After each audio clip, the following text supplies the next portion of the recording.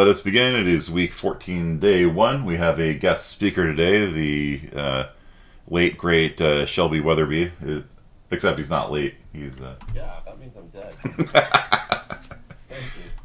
He's a comedian here in the Fresno area. He's posted his Insta and YouTube on the chat that I've pinned for you guys to check him out. He's going to speak in a little bit on the importance of nuance and looking at evidence and things like that from a comedian's perspective, which I found really interesting. And so I invited him to be a guest speaker here today. So everyone please give a virtual round of applause to Mr. Weatherbee. And I'm going to talk about one, cognitive bias, and then turn it over to him for as much time as he wants for the for class, and then I'll take back over whenever he is done. So the where are you? Cognitive biases. There we go. So this is the kind of class where I do bring in comedians, believe it or not. Always on top. There we go. All right. Talk about cognitive biases and have memes at the same time. It's just how we do things here. Okay, so cognitive bias for today is the in-group bias, and this bias is probably the single most important cognitive bias if you want to understand modern America. Basically, in-group bias says we act better towards people that have the same label as us, that are in the same team as us, that are in the same group as us, that like the same sports team as us, that are the same political affiliation of us as us, than people that are in our opposing groups.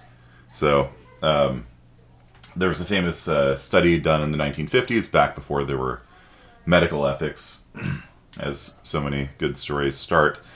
And a psychologist divided kids at a summer camp into two different groups. First week, they weren't even told about the other group. They just played amongst themselves. Then they introduced the notion there was a rival gang of kids there, except they didn't really even preferentially say it like that. They just said there's another group there. And the boys started talking all this smack about them. And then they had them play a lot of competitive games like tug of war and things like that.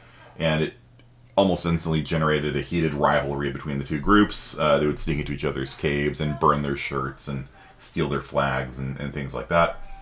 And the psychologists were able to diffuse it by having the two teams work together to solve problems. Like they cut off the water to the summer camp because it was the 1950s and there were no medical ethics back then. And they said the two groups had to work together to get water restored, and their food truck broke down, which was also sabotage on the part of the psychologists. And the groups of kids, they were like 11, 12-year-old boys, like Lord of the Flies, basically. They had to work together to get the food deliveries working again and stuff like that. And so that sort of brought them into contact with each other, and working together caused them to become friendly towards each other. And so this experiment has not always been replicated, but as so many things in psychology are. But it does show you how if you just completely arbitrarily assign people to different groups, then they can form rivalries and hatred towards each other very, very quickly. And in some psychology experiments, even if you just, they have these games where like they hand you $10 and then you can choose how you split it with somebody else. The dictator game. Like you can just keep all $10 yourself. And if humans were purely rational creatures, like we would say in economics, we would just keep the $10. But a lot of people, if I said, okay, they hand me $10 and they're like, all right, tell how much you want to give to Shelby. I could be like, all right, I'll give him $5. I'll keep $5. That seems fair to me. Or I could just keep all 10 and nobody can say otherwise. And so what they found was that if you just told people that Shelby is in the same group as you, then they would split it 50-50 much more often than if Shelby was in a rival group. And these labels are just completely arbitrary. You just tell them, like, they're in your group, they're not in your group. You've never met the person before. You don't know anything about them. You don't know their skin color, their political affiliation. Doesn't matter. You just say they're in the same group as you, and they're much more likely to behave fairly and equitably and preferentially treat them over people in a rival group. So, this bias right here is a great way of explaining a lot of the problems we have in America right now. A lot of the problems in America because if somebody's in your group, then you can overlook, apparently, you can overlook a whole hell of a lot. And if they're in your group, then they're heroes. If they're in your group, they're heroes. They're wonderful. If they're in the opposing group, they're the worst person ever. And there you go. You've just explained Fox and CNN and MSNBC and NBC and most of the major media outlets, the Democrats, the Republicans, sports teams, racism. Like, it's pretty prevalent. It's yeah. Like this bias explains a hell of a lot about American society right now. And so psychologists, however, have solutions to it. So if you work together on a common project, if Earth was attacked by aliens, we'd come together to fight off the aliens. Having just contact with others is really important, and that's one of the problems with Facebook, where like, oh, you disagree with me, I'm going to block you, right? Because that creates an echo chamber, right? And then you're only experiencing people in your own group, and everybody agrees with you. Yes, that's how it is. Those people are terrible. Yes, they are. And you really have to expose yourself to people from other groups and other opinions and see what they think about it. Refusing categorization, like, what political affiliation are you? I don't really label myself one way or another. And that's, if you don't adopt a label into your identity, then okay, it drives people crazy sometimes. Like, all right, are you Protestant or Catholic? Like when you're in Ireland, are you Protestant or Catholic? What difference does it make, man? No, seriously, are you Protestant or Catholic? I need to know if I can be friends with you. And it just like, yeah, you have to tell me, what label are you? And if you don't label yourself, then you can avoid your bias towards other people as well, because you haven't adopted, sports team. What's also interesting about sports teams is that the I don't know if I should say it, but people that have lower self-esteem tend to identify more strongly with sports teams, and like people with lower self-esteem act more biased towards people in other groups. Let's put it that way. So, because they adopt, the 49ers or whatever as their go-to team. So, and then finally, slowly working your way through primary sources. So don't listen to the headline. This is something I've been hammering this whole class. Don't just read a headline and be like, oh, well, clearly that must be true. Don't just read an article, especially if it's a secondary source. Try to find out what was actually said. Try to find out what actually happened. And if you can do that, then you're well on your way to like trying to mitigate the effects of in-group bias. So that's my spiel on that. And Shelby, you ready? Yeah, sure. All right, man. I will. I don't know. Just leave a. Oh, there you go. Here's Treebeard. Take it away. I would like to say that when you said people with low self-esteem, and I should say this, I thought you were going to follow that up with often identify as Raiders fans. More mature Nice. the options. And it's interesting too. In-group bias, there are inherent things you'll notice, and that generally tends to mean that if you're in a group, part of the reason why it's nice to have in-group bias or that group around you that you tend to agree with is you get compliments. People don't understand how attractive the prospect of having people think well of you and compliment you are. It's very alluring. And so when somebody starts off a conversation with you, or if you just think they're funny, they're nice to you, whatever it might be, you are more willing to accept their opinion. And that tends to be the case, again, if you're in an in-group itself. I would say I have less examples of in-group bias, but a lot of the things that you would talk about are inherently going to have some of that in it. I used to go to Fresno State, and I was in the marching band. I can say that gave me a lot of grace with people when talking about some topics. And one of the things, in this case, that I've learned over the years is that I've tried my best. Oh, I lost the screen here. I don't know if we can pull that back up. Is it not streaming? Yeah, it says the Windows pop something else. Oh, I think I found it. There we are. Oh, cool.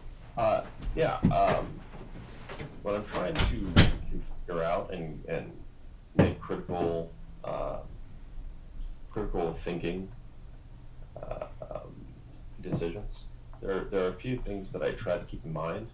The first is trying to get rid of any preconceived notion I have, whatever that topic is. Obviously, with current events, or even things like the Rittenhouse trial that's currently ended, I had certain assumptions that even though I'd watched countless hours of trials, of other people's breakdowns, I had no idea until after the trial had essentially finished, and this is, something that's obvious. The trial was a joke. Uh, it depends on what your sense of humor is, but I will say that that was me looking at something with a preconceived notion of what I thought I'd already known everything about it. I learned so much more, and it humbles you for sure. But I find that the Socratic method helps to help peel back the layers of something you're trying to research or study or gain more knowledge on. Learn, Kyle, is COD, yeah. Call of Duty. Oh yeah, yeah. No, I actually have a funny story. I used to get paid to play Call of Duty. Really? Yeah, it's a fun time. How do you? Ruined my hands. It was like 40 hours a week of playing video games. What? Were you a streamer or? No, I was. This was before streaming was very big. There was a sponsored company, and we would go and play in tournaments, and yeah, it just you had to prove how often you're playing and rep the company. It was more work than it was worth. But going back onto it,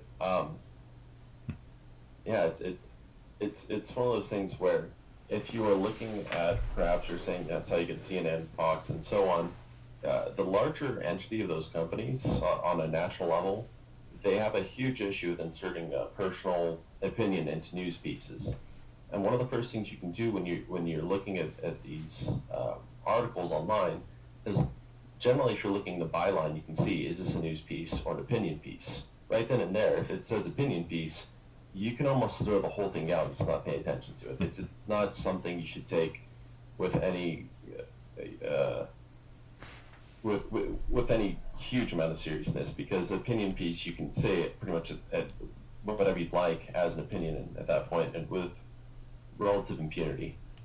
If it is a news article, then instead of just reading that news article, and a lot of these things are very short, you can generally backtrace the sources of where they're getting that information from.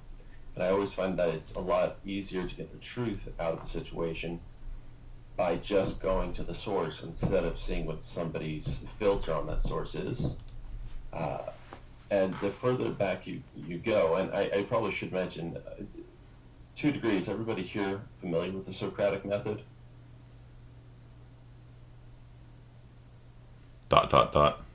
I'll explain it because it's relatively easy.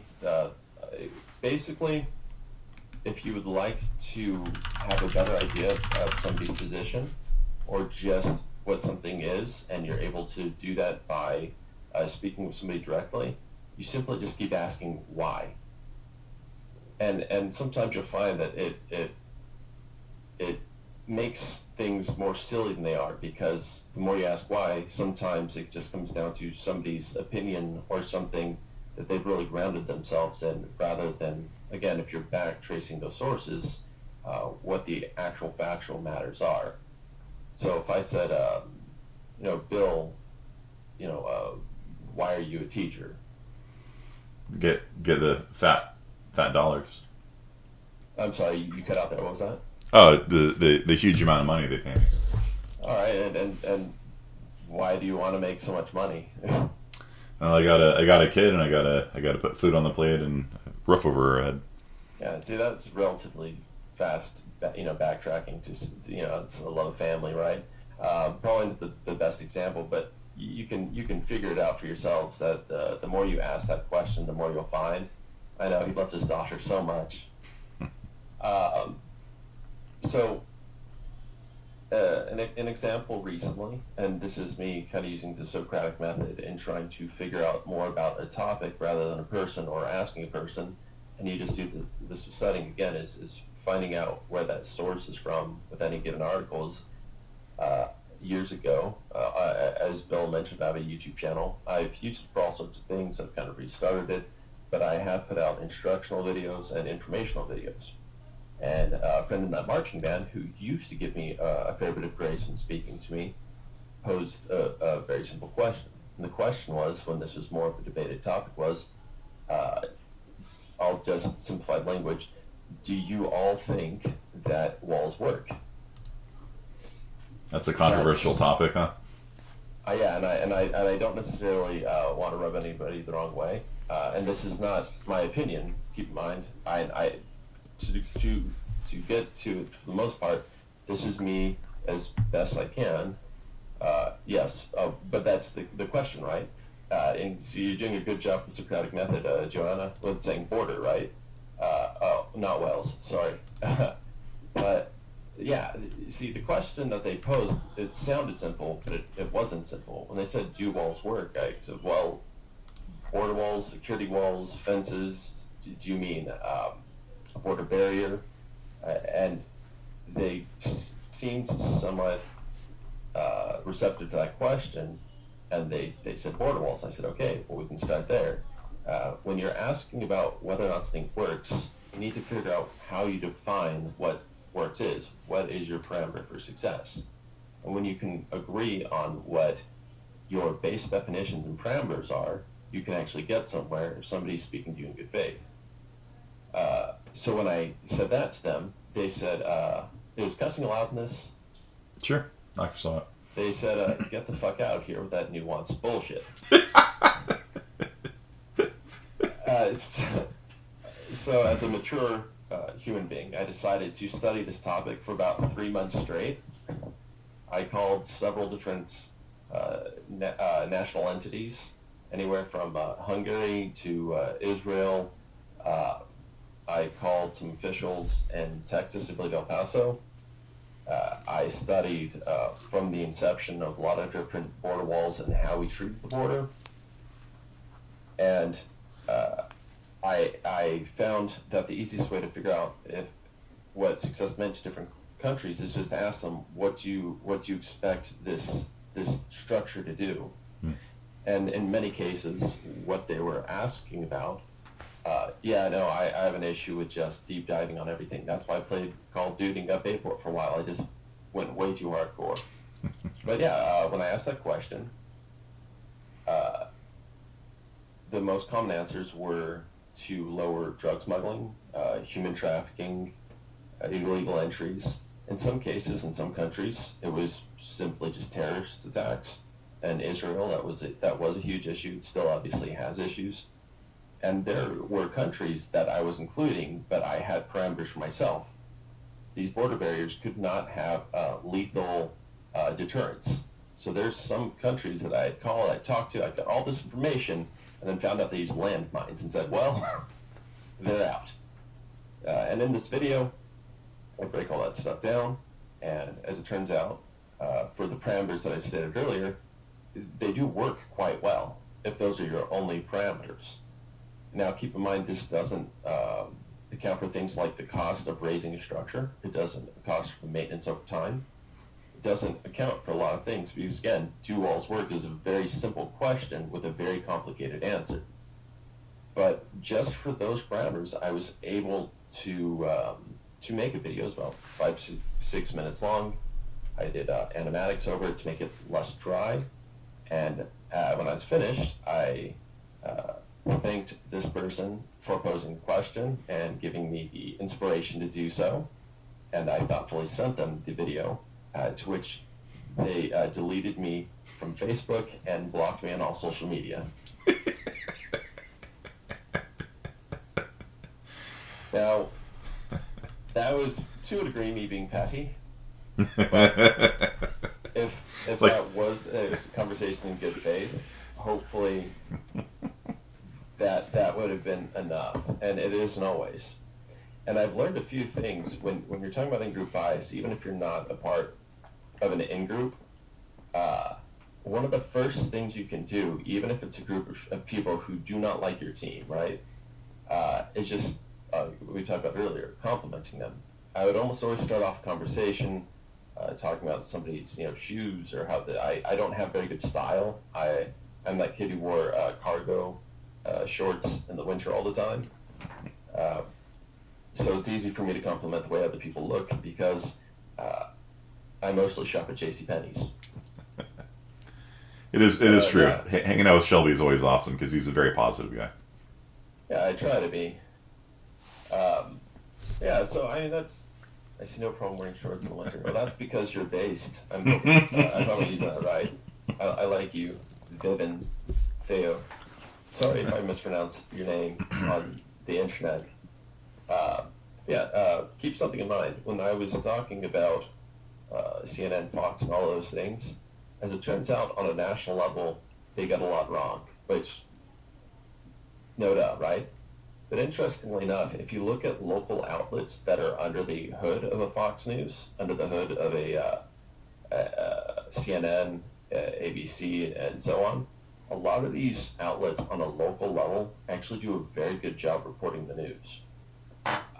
They tend to be much more factual, and so long as you're looking at their news pieces and not panels, speaking panels, or opinion segments, you can get a lot of good information out of them.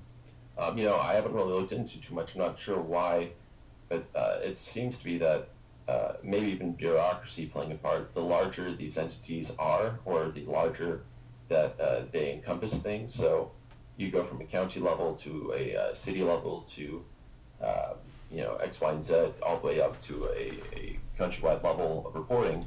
Information becomes less reliable, and I don't know if there's a way you can solve for that. So I'd say one way of being able to research better, even on a company that may have an in-group bias, is to try to find smaller sources on a local level. It's probably going to render better results. That's a good take. Yeah, I like that. You said it's hard to compliment President Saracen, especially in certain football, soccer, and American rivalries. So when I was at Fresno State, when I was in the marching band, we were not allowed to cuss at people on the other side of the scene, or the other side of the wall, as it were. We weren't allowed to really be mean in any way, but ironically, you never really notice how much meanness you can put into a compliment. So, people, yell F you and all this and that, and one of my favorite ones, you just yell Happy New Year's back to them, and it confuses them. But, that somebody says, I hope your team sucks and I hope you die, and you go, I think you have beautiful eyes. And the more you compliment somebody and the more calm you are about it, in fact, you'll notice either you win them over and you'll start to see things get a little more less hostile, rather, or they just get really angry. I've actually got to get straight about that, Shelby, when you get a second. Yeah. So, either way, you win in that situation. I'll pass it back to Bill here. So when I was in high school, our rival sports school was Point Loma High. And we were about equal in skill. We did volleyball. And every time we played at Point Loma or Point Loma played at our school, it was the dirtiest volleyball you've ever seen in your life. You might be like, wait, how can volleyball be dirty? There's literally a wall separating you from the other side, right? It's not like basketball where you can be like a LeBron throwing an elbow into somebody's face. It's not like football where you can tackle the quarterback after he's thrown the ball.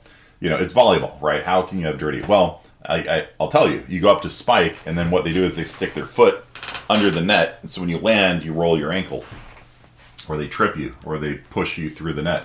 It was dirty. Like, I've never seen that much hostility and just outright just meanness between two teams. Freshman year, sophomore year, every time we'd go over there, it was like you're getting ready for war. It's just like, all right, put on your shin guards, because they're going to be trying to kick you under the net and stuff like that. And water polo, my friends who did water polo said people rake their their toenails down people's shins and things like that. No, you're way too hardcore for me, Bailey. I could never do water polo. What was that? They fight like my cat. Yeah. So junior year, we go to Point Loma High for the first time, and I'm ready. My blood pressure's up. I'm ready to throw down, And I spike the ball, and the guy on the other says, "Hey man, that was a good spike." It's kind of like what Shelby was talking about right there, Hey man, that was a really good spike, and I'm just confused. I'm like, are you being sarcastic right now? He's like, no, that was really good. And then like as we're playing, like they just are like complimenting us, and I noticed people on our side are complimenting them, and they're like slapping hands underneath the net. And I'm just like, what the hell is happening here? I'm just baffled. I'm just absolutely baffled that like all of a sudden we're just acting like we're best buddies. And unbeknownst to me, what happened was a couple of the guys from my volleyball team who were stoners, probably 75% of the people on my volleyball team were stoners, went to a party, and a bunch of the guys from the Point Loma team were there, and they were stoners also, and they got completely baked together. And at the end of it, they're just like, "Man, you're the most awesome guy in the world," and that carried over into the game a couple days later, and it was just weird, like how quickly the mood changed. Just like what Shelby was saying, just complimenting somebody, and then we started complimenting them back, and at the end of it, like our groups became best friends. Like when we would go to a tournament, we'd see them, they'd come over, and we'd hang out with each other, and it was like, but there was that moment of like, what the hell is happening here? And at the end of senior year, Seth, who was the center blocker for Point Loma, and we actually shared the MVP award for San Diego County in volleyball together, and it was just a really cool moment of like.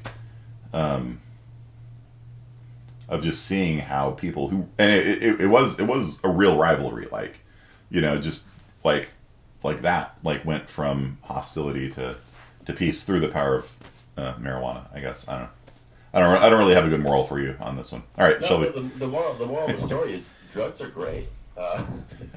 Try as many as you can. No, Okay. don't. Carry on. Yeah, I don't know where exactly I'm going with that and what my students should take away from it. You see this happen all the time in sports. And again, back to when I was the marching man at Fresno State, at one point, with somebody's infinite wisdom, they said the best place to put the marching band before the halftime show and basically all throughout the game is on one of the end zones, just past the end zone, with all of our instruments being very expensive. So if a football player over jumps for ball, they just crash into a tuba. It's fantastic.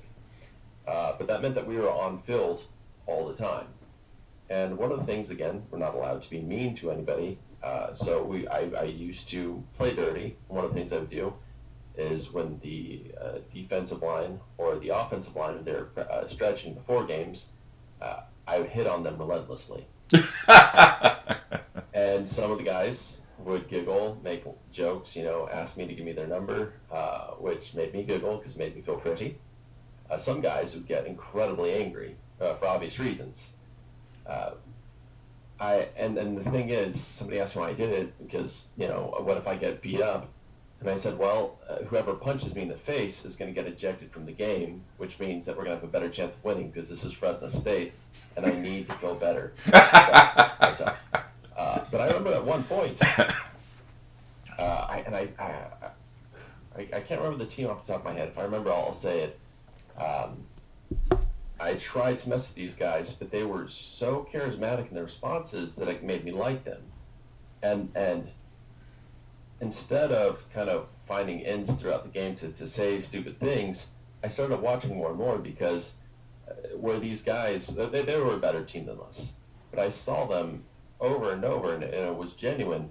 They would tackle one of our players, or they just do something, and they'd go out of their way to pick up or give a handout to the guy to help him get up and compliment him, let him know, it's like, yeah, man, I couldn't stop you. That catch was amazing, And it got to this point where both the sides were so friendly to each other that I was kind of almost rooting for the other side. It's the power of flattery is more powerful than you would think. And so that is a good way of breaking in-group bias. A joke starting, even if it's a bad joke, coming from a genuine place, definitely helps to then allow you to speak to somebody more candidly. And I will say one of the things that I don't do anymore is outright state that something is a fact, especially if I'm trying to contest when somebody is, interested in violence. Sometimes, it happens.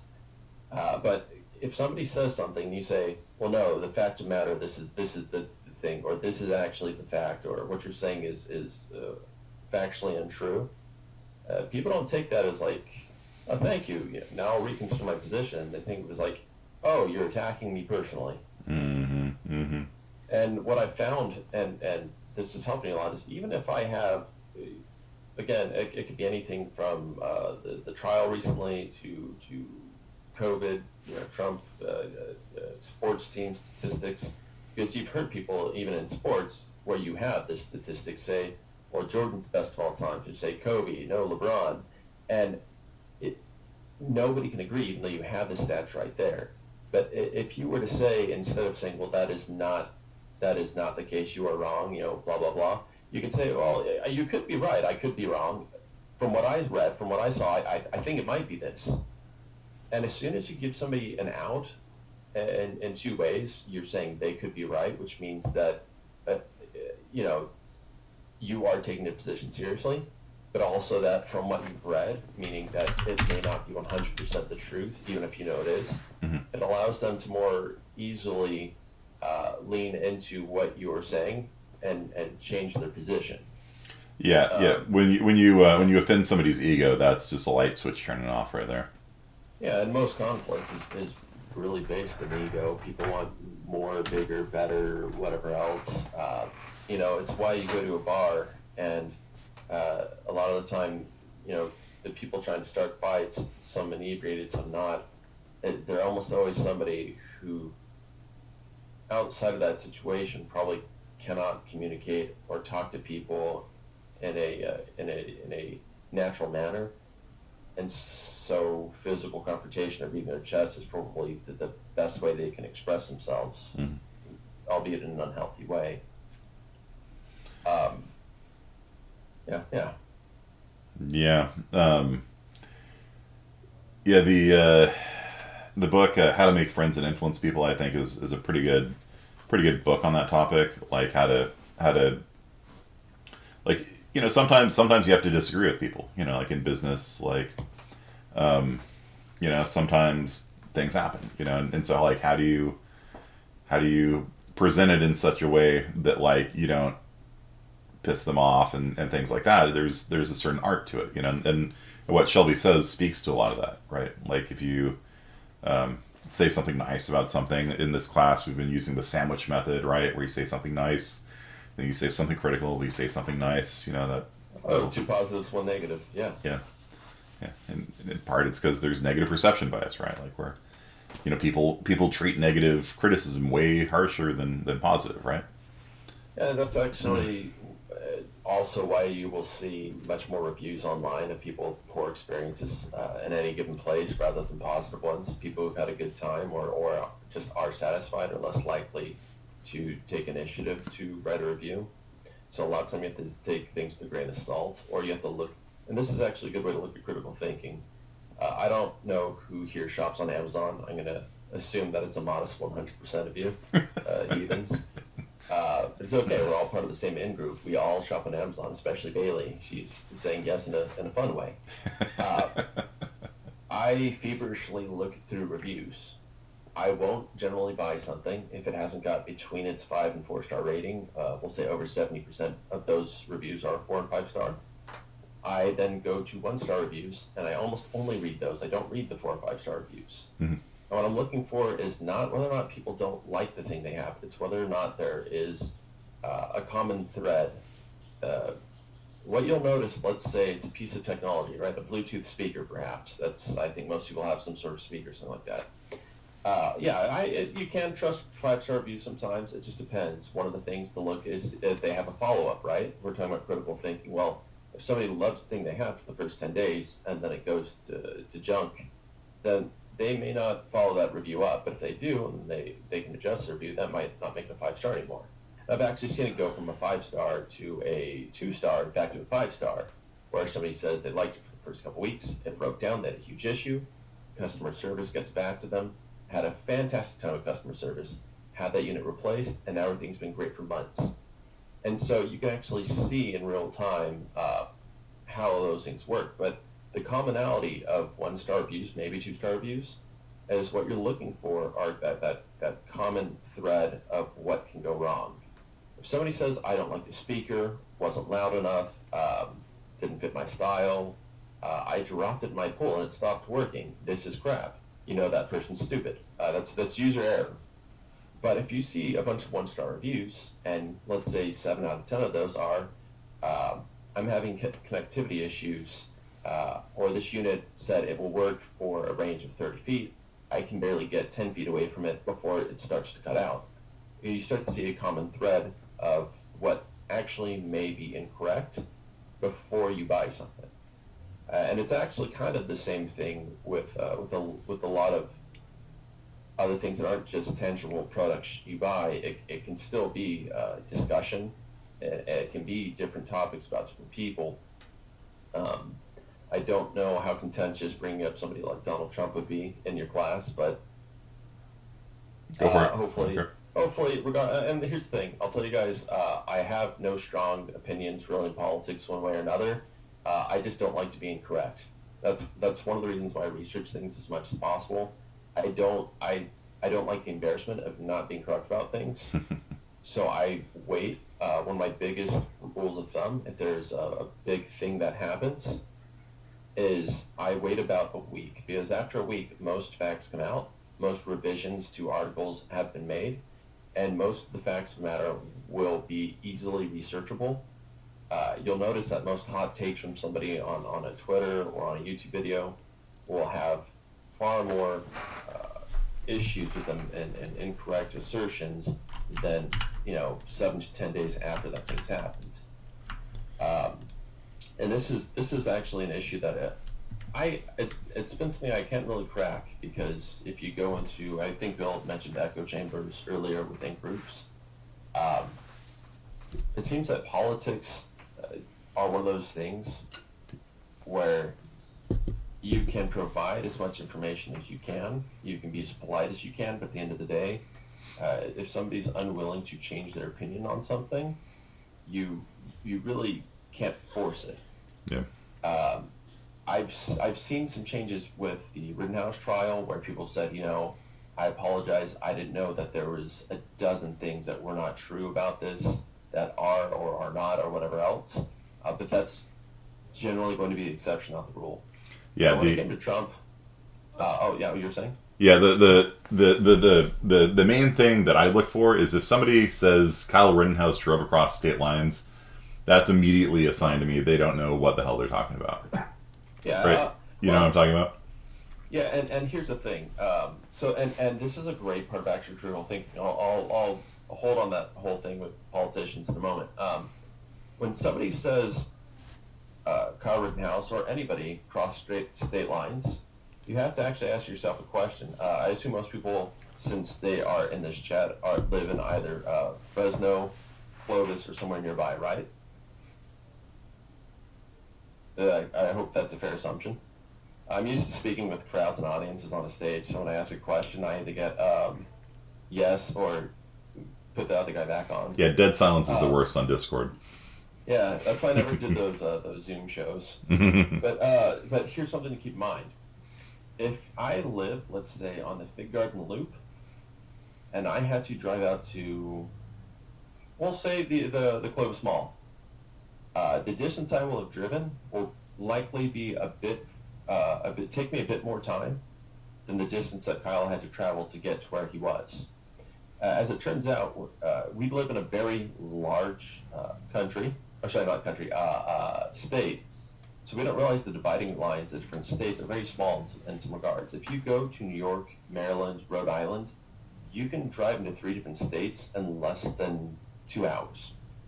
That being said, when people say a person drove across state lines, and going further, they say with a rifle, which also untrue, but they say they drove across state lines. That's not the real question. The real question is, how far did they actually drive?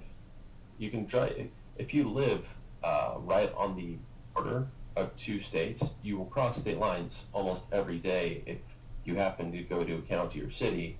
To grocery shop, to work, anything like that, very often, right? So it's not, did you cross this imaginary line on the ground? It's, well, where is that imaginary line?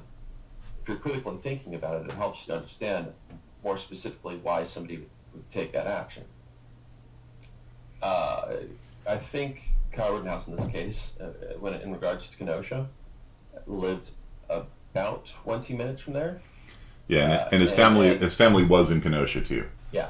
Yeah. So keep in mind where he mostly resided was considered a suburb of Kenosha, even though it's a different state technically, but that's because it was right against the border. But yeah, this is actually something I found very interesting. I had studied these tapes. I had looked at, to give you an idea of the trial with Kyle Rittenhouse. Before I formed an opinion on it, which I obviously had my preconceived notions of it, I watched the entire trial unedited, which was over, I want to say 40 hours. I then went to 5 or 6 different commentators, some more left, some more right, to see what they were saying, especially when it came to legal terminology, like Ricada, or Viva Barnes. I can't think of the other lawyers, but the idea is that you look at both sides as much as possible so you have a good understanding of both sides of the topic before forming your own opinion. And I take that approach with anything that I would look at. You don't truly know a topic if you don't know both sides of that topic, because why would you, right? Well, I had done, like I said, a lot of research ahead of time. I've been keeping close eye on all this, and I had no idea before this trial that Kyle Rittenhouse's father lived in Kenosha, his grandparents lived in Kenosha, most of his friends that he hung out with on a weekly basis lived in Kenosha. He worked there? I knew that he had worked there. Mm-hmm. I knew he had friends there. I had no idea he had that deep of a connection there. And understand, this was something that I knew quite well. And the media was absolutely terrible on it. I've never seen such irresponsible reporting in my life.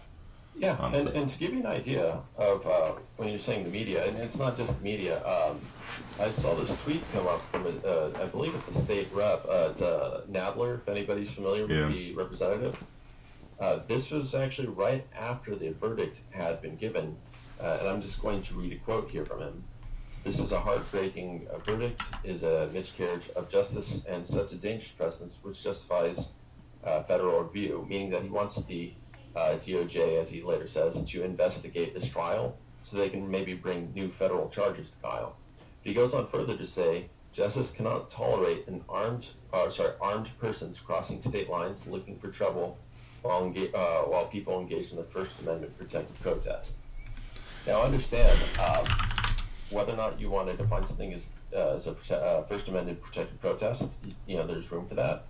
But when you say, after watching the entire trial, if you did watch it, that justice cannot tolerate an armed persons crossing state lines, we know for a fact that that is untrue.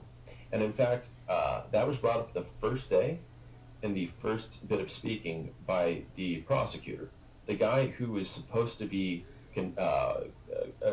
telling the judge that he should convict Kyle Rittenhouse. The prosecutor is the first person to bring up that Kyle Rittenhouse didn't bring a gun over state lines, and that he had it under legal circumstances, at least from what he argued at the beginning of the case, not necessarily when the rioting was occurring. So you have to look at this in two ways. Either Representative Nadler did not watch this case at all and repeated either what I would assume would be a talking point from some kind of media company, which ignorance, although it is bad, may be forgivable, but it means that he probably shouldn't have the position he does because he has a loudspeaker to echo very, very bad takes. Or, and this is much worse, he knows that that is untrue, but is still saying it. Either is unacceptable, and both are completely avoidable. It doesn't... when it comes to a moral philosophy, almost all of them would say that outright lying to other people for any means is generally not the best idea. So whatever your moral prescription is, this is something that, like I said, it can be avoided and should be avoided. And the thing is that Mr. Nadler is not the only one who's talked about this and been incorrect. I think even recently, I can't really remember the date, The Independent, which is I believe just a digital outlet at this point, is still reporting that Kyle Rittenhouse was found not guilty of shooting 3 black men in Kenosha. Again, I don't know if anybody is familiar with the case or the trial that well. But again, this is a news source that recently published this, and if you are familiar with it, you would know no black men were shot during this incident. But that is what somebody actually reported, an entire outlet that will likely see no recourse. So again, when you are researching things, that's why I say the Socratic Method. You keep asking why or how or whatever, just to peel back the layers to see what the truth is. If you read that article in The Independent and you read some of the bylines, you would think that Kyle shot people of different race than he did, and you might make more assumptions from there. If you go to their sources, you'll either find that they have no sources, or you back trace it until you find that the people he shot were not black. Yeah, sorry, and you know, Rosenbaum, the guy that Kyle shot first, was using the N-word. Yeah, ironically. Pushing a burning dumpster around, you know, and but it's in-group bias because he was writing for Black Lives Matter that puts him in that team. And so anybody who's opposed to that team must therefore be evil and should be destroyed, right? Yeah, it's allowing bad things to occur because you believe that the ends may justify the means. If somebody is on your side, even if they have bad decorum or they take actions that you wouldn't personally do, and you see this sometimes called diversity of tactics. I think actually Tim Pool has used that before, if anybody's familiar. You'd see this happen when it was more Antifa doing things as opposed to Antifa and Black Lives Matter or Black Lives Matter by itself, is that if somebody is protesting peacefully, but then you had some people that would identify as a part of that side, maybe, you know, knocking over some trash cans or being very vile.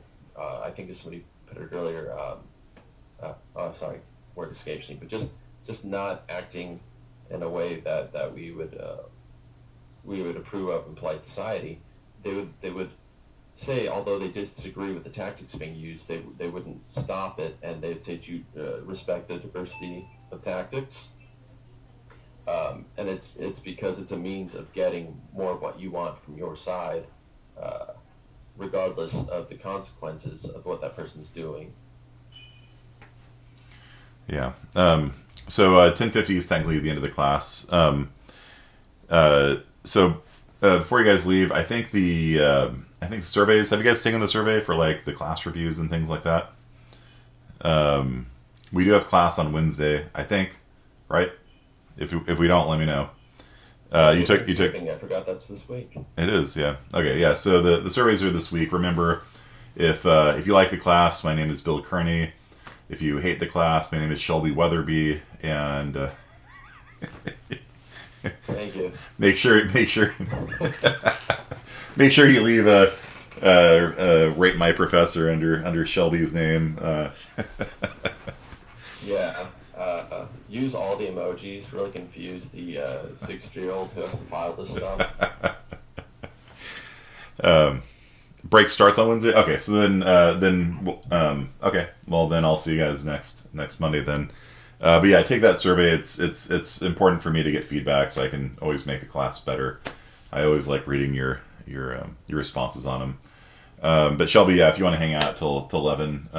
Yeah, of course. I have nowhere to be. I'm in pajamas and a tank top, so that's how you do it. I'm ready for the world. Yeah. So how do you like? How long did it take you to find out that Kyle Rittenhouse did not cross state lines? Like that to me is like the defining fact on this case. It is a technicality that he did, but it's one of the most tenuous arguments you can make. Sorry, crossing state lines with a gun, I should say. Oh, yeah. Let's see here. It gets a little blurry, and that's the thing is I would say it probably took me 4 to 6 months at the very least. And that was the issues that when I had looked into this, I had actually had known at no point while he was in Wisconsin at least. I knew that at no point that he actually broke law because I read the actual law and the what would you call the exceptions to the rule essentially. And a lot of times if you look at a law or a policy, you will see subsections generally labeled A, B, C, and then further sometimes 1, 2, and 3 ad nauseum with those different sections. And it was pretty clear in the reading of the law that I believe it was that if you are over the age of 16, you're not hunting, and a few other things like that, that he was allowed to have the rifle. So at that time, I actually still believed that he had broken a law. It just wasn't Wisconsin state law in carrying a rifle long arm. Mm-hmm. The law that I thought he'd broken was that he had crossed state lines with a firearm. Once that was explained, then I realized, there's literally no case for at least that part of it. And in fact, in the trial, again, if anybody had been watching the trial, if anybody's still in chat here, if you actually were watching the trial, the reason why it took them so long to throw out the gun charge is because the original reading of the law, especially that was given to the jury to consider, was the law by itself with none of the with none of the other parts that make the law as nuanced as it is. And that was essentially by request of the prosecution. At some point later, the judge took under advisement that the defense had proposed they used the full reading of the law, which I don't know why you wouldn't. And when they did go into the full reading of the law and everything was laid out, the judge at that point threw out the gun charges because you can't charge somebody for breaking a law or you can't bring it to jury if they hadn't actually broken the law. It's generally called a directed verdict. In this case, it was specifically for that gun charge. Now, a directed verdict is not quite the terminology used for just that one part, but if, for instance, the judge had done that for the entirety of the case, and what a directed verdict generally means is that if somebody has been accused of breaking law and then is irrefutably proven to not have broken the law, then it doesn't need to go to jury. The judge can just say, no law is broken, case over. Yeah. So that's why that persisted for so long, I would assume, that even into the trial, into the last few days of the trial, just because, wouldn't you know it, bureaucracy and litigation makes everything go slower. Yeah.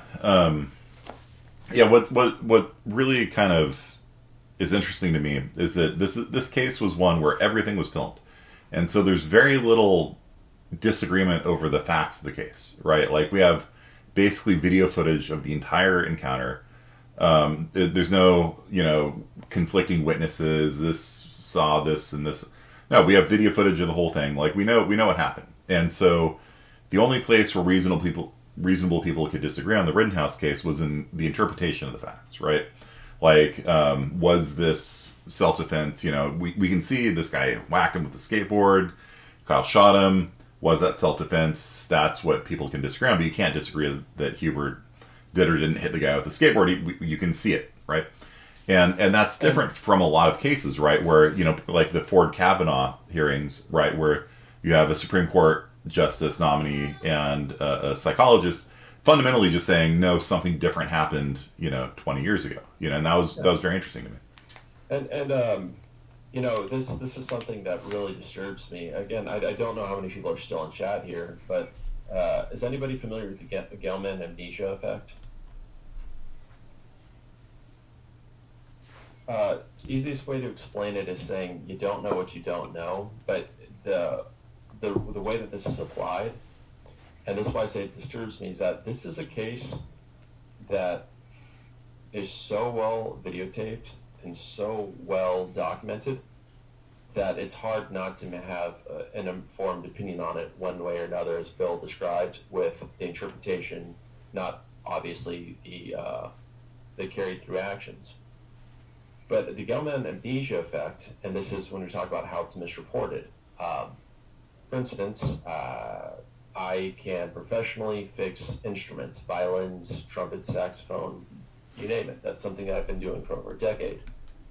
I know that when I watch perhaps a show on Netflix or a news report that talks about, we'll say, violins, I will know right away if the person speaking about it is just wrong. And when I know they're wrong, I go, wow, this person's an idiot, they're stupid, whatever else, and I move on with my life. But then the next time I go to that outlet, for some reason, because I'm stupid, they'll report on something I know very little about. We'll say, we'll say South American history, right, modern history, and I'll look at it and go, oh, I never knew that, not realizing that as wrong as they were about the last topic that I was well aware of, there's no reason to believe that they're any more incorrect about the next topic they report on, because obviously their vetting is not as thorough as what it would appear. So the issue that you have is that you look at something that you know well from a topic, we'll say a CNN or a Fox, and be able to point that out, but then take them at their word the next time that you see them report something. And when you look at a case like the Kyle Rittenhouse case, the part that I find disturbing isn't his case specifically, it's the cases that we don't have documentation of. If you were to look at almost any high-profile case, and you only have the reporting that we've had before we've had this mass explosion of having handheld video cameras and having everybody able to document these things, before all that, we just have to take people at their word. And as we've found, it's taking people at their word is teeming with inconsistencies and untruths. And bias. It makes you look at things much more skeptically, but also it black pills me a bit to think there may be a lot of people who were more justified in whatever situations they were that did not get a fair shake, and it's simply because nobody reported it. And that's the question you'd have to ask yourselves: is if we didn't have these reportings of what happened with Kyle, would we still have the same opinions we have up now, or would we think that he is guilty of what he was accused of? Yeah, the chart I have on the screen here, I think, is one of the scariest stats I've ever seen in my life. So, Republicans and Democrats who watched the hearings between Ford and Kavanaugh 3 years ago, there was a dispute over 20 years ago over whether or not he sexually assaulted Ford, Christine Blasey Ford, at a party when he was a teenager. And everybody saw the same testimony. They've seen Kavanaugh's testimony, they've seen Ford's testimony, and then they're asked, who do you believe? Who do you think is correct here? And the stats are wildly different based on your team. So if you're a Democrat, you were 11% likely to believe Kavanaugh, 73% likely to believe Ford. If you're a Republican, you were 74% likely to believe Kavanaugh, 14% to believe Ford. And so depending simply on which political party you're part of changes your perception of two testimonies. And there was no video evidence, right? It's not like the Rittenhouse case. It's just one person says something, one person says something. And to me, this is terrifying because everybody had the exact same testimony in theory. And, nothing's ever perfect in life. But in theory, people should look at the facts and make the same decision. But because it was just, he said, she said incident, people just went with their political affiliation by a overwhelming majority, like a 6-to-1, 7-to-1 ratio. They just went with, okay, well, she's a Democrat, I'm going to choose her. He's a Republican, I'm going to choose him. And then independents were split 50-50. So, I don't know, what are your thoughts about that, Shelby? And here's the thing. When you look at that, it's hard to prove something that you just don't have any solid information on. Yeah. And where I find this to be the most issue is actually less with politics, because you look at the situation where you have people clearly on one side or another, but more with policy and colloquially or non-colloquially, just the sciences. there are things that were reported upon by Democrats and Republicans, and there were people, outlets, and so on that actually refused to publish their findings if they went with more of one side than another, and in some cases, this caused deaths. One of the easiest examples would be, it's somebody who's always contentious to bring up would be Trump. At one point, when he brought up, I believe it was monoclonal antibodies, this was very early on. People made fun of the notion that those were going to do anything. And if you're not familiar with monoclonal antibodies, they have an emergency FDA use approval, just like the vaccines that are out. But this is not a prophylactic. It can be used as prophylactic, but the primary use was to treat somebody in an early infection to make sure they did not have bad symptoms. A secondary or perhaps tertiary effect of it is that you'd have up to 8 months of immunity from COVID-19 after receiving this treatment. When he had taken this, there was a lot of criticism and skepticism, even though many studies had already come out that this seemed to work. But many outlets refused to report it, and when asked later, when you looked at what do they call it, the chief editor, I can't think of the name, but the people in charge of the outlets had simply said part of the reason why they didn't put out stories, or at least stories at that time, they waited months to put them out, so they didn't want it to benefit Trump, nor did they want they didn't want it to affect their bottom line. So if it was seemingly something in support of him, they just didn't release it. And this actually caused a lot of people to not take, treatments that would have been useful for them, that had actually been somewhat studied and now much more thoroughly studied, and that was just an in-group bias. And it's one thing when you look at the Kavanaugh, Blasey, Ford debacle, and you say, well, that's bad, that can ruin this one guy's life. I think the worst ramifications of that come when it's something that can affect people's actual mortality. Yeah, and it's just more for me the matter of just showing just how powerful that bias is. Just how much being one political alignment or the other causes your perception of reality to change, and that's kind of terrifying. They call it one screen, two movies.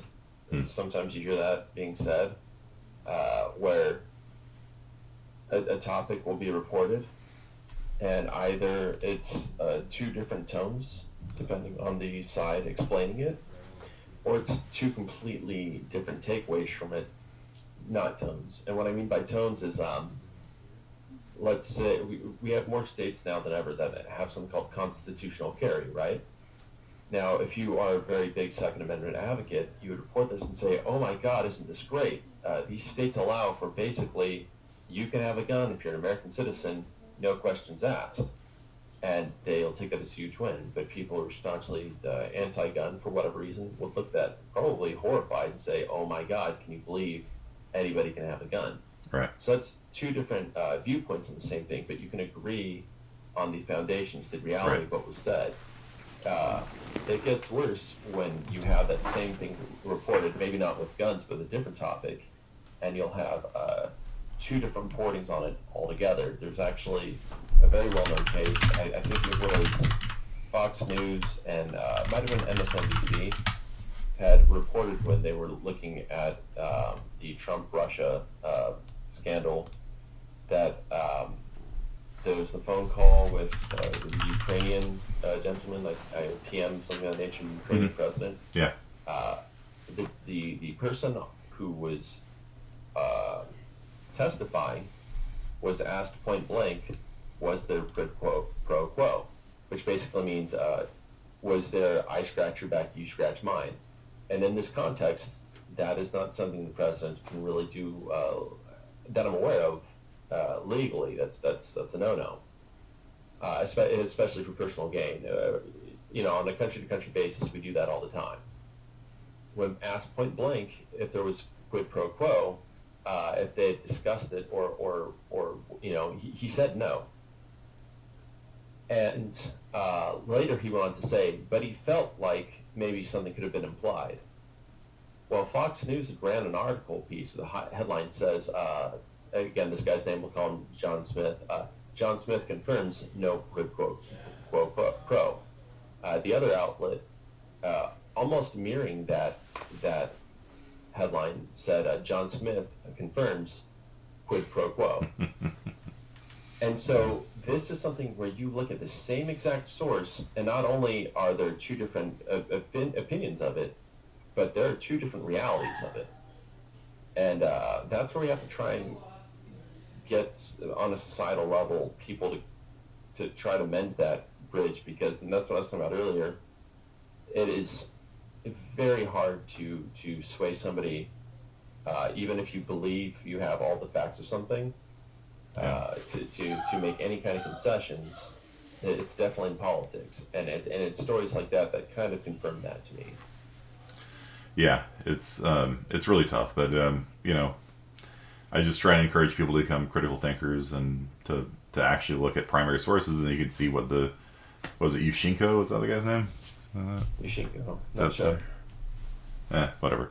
John Smith. Whatever John Smith actually said, and then rather than letting somebody else impose their filter on it, you can just look at it yourself and be like, all right, so there wasn't, an actual quid pro quo, but maybe there was one in play, and you can have a nuanced take on it, which apparently your friend didn't like very much. If you're nuanced, and that's the thing. So I have Asperger's, which makes me a very interesting comedian, because it is hard for me to tell. Sometimes if I'm making people uncomfortable, if I'm just doing things socially a bit wrong. So my rule of thumb, outside of being polite to people, is also to take people at their word, which means that if somebody's being sarcastic, it goes over my head, especially if it's in person. I'm sorry, especially if it's online. If it's in person, there's some, depending on the conversation, I can tell a bit more. That means that when somebody poses a question like that, I assume they're asking it in good faith, because why would they have any malice or issues with me addressing that? You as well. Yeah, it's and a lot of people on Facebook aren't really looking for somebody to correct them on their views. I've more or less given up on that, unless it's somebody that I know would actually be like, oh, I didn't know that, which I do have friends. I actually do have friends that are actually quite reasonable. Like they'll post something and I'm like, all right, this is something I know about. Fresno farmers did not cause Japanese internment, and they're like, oh, thank you for that, that's actually something that's very interesting too. I try to, when I do see if somebody's posted something incorrectly, I try to come at it as reasonably and as politely as possible. An example would be with my brother. He posted an article that seemed to imply some very bad things. I read the article and actually found that the byline, the tag line on that, was hugely exaggerated. And if you read the article itself, even, they weren't really saying anything all that bad happened. And my brother posted a rant along with that article, and to help him save face, and this is the thing, it might be great and feel good, especially if you disagree with somebody, to post an owned kind of moment in their comment section and just rail them for being wrong. Mm-hmm. But people will push back very hard on that. Yeah. Instead, I decided to direct message him, and I said, hey, I don't want to come off as sounding rude or by and large a dick, but did you read the article you posted? And yeah, done just like that. Nice. And he was at least honest with me. He said I was going to read it later, and he read it, and he removed the post. And I found that that's probably one of the easier ways for me to talk to them. And even when I say I'm not trying to be malicious in any way, this is something that I want you to maybe consider. I still find that sometimes you'll tell me, well, I'm being an asshole, and there's not a lot you can do, but that's happened a couple times. But I find that if you talk to somebody directly and as unpublicly as possible, they're more likely to be polite and actually listen to what you say, because in social media, on a forum, on a board, Facebook timeline, any of those things, Twitter, it becomes almost a combative arena, and not a place where you're trying to seek truth as much. Which my general policy is, if there's a topic that is going to be a bit intense, or that I think may have negative outcomes to somebody, I will generally only speak with them in person about it, or in a video chat, because the more in real time you can speak with them, the less time they have to put it short, fake. If I post something on somebody's Facebook post, in response to them, and it takes them 15 to 20 minutes to respond, I know that what they're doing isn't in fact taking what I'm saying, generally speaking, in good faith, and then trying to figure out what the response is going to be. It's them likely feverishly searching into Google as if I'm wrong, and then posting, like copying and pasting something that isn't their own thought in response to me. And it's such a disconnected way of talking to somebody that you don't really get a sense of their position, or like who they are, in a weird way of speaking, because of that. So and there's something about when you see somebody in person or even in a video chat, you're less likely to be rude, because you as a human being can look at somebody's face and you can tell when you've upset them. And most people don't like hurting other people, especially emotionally, because it doesn't feel good if that person is either somebody that you have positive feelings for, or have neutral feelings for. Yeah, that's true. If you dislike somebody and you hurt them emotionally, then that's probably not going to be that bad. But that's why we talk about, you compliment somebody, you be polite to them. It's harder for them to be mean to you. Yeah. Because either A, they look like the jerk online, if that's or just in person, or B, they start to feel bad because you can only kick a puppy so many times before it sets in that you're doing something wrong. All right, I'm going to have to call it here. I got a student asking for office hours help. But Shelby, thank you so much for doing this. I've been wanting to bring you on in my class for all semester now, so it's been an absolute pleasure having you here. Thank you for having me. And I think your words are going to really resonate with my students. So. Yeah, I just lied the whole time. I'm glad it worked out. What is the evidence for what you have said? What was it again? What is the evidence for what you said? Yeah, exactly. Don't trust me. Just look it up yourself. I'll have a good Monday, everybody. Be productive. Thank you so much, Shelby. Wave emoji. See you, dude.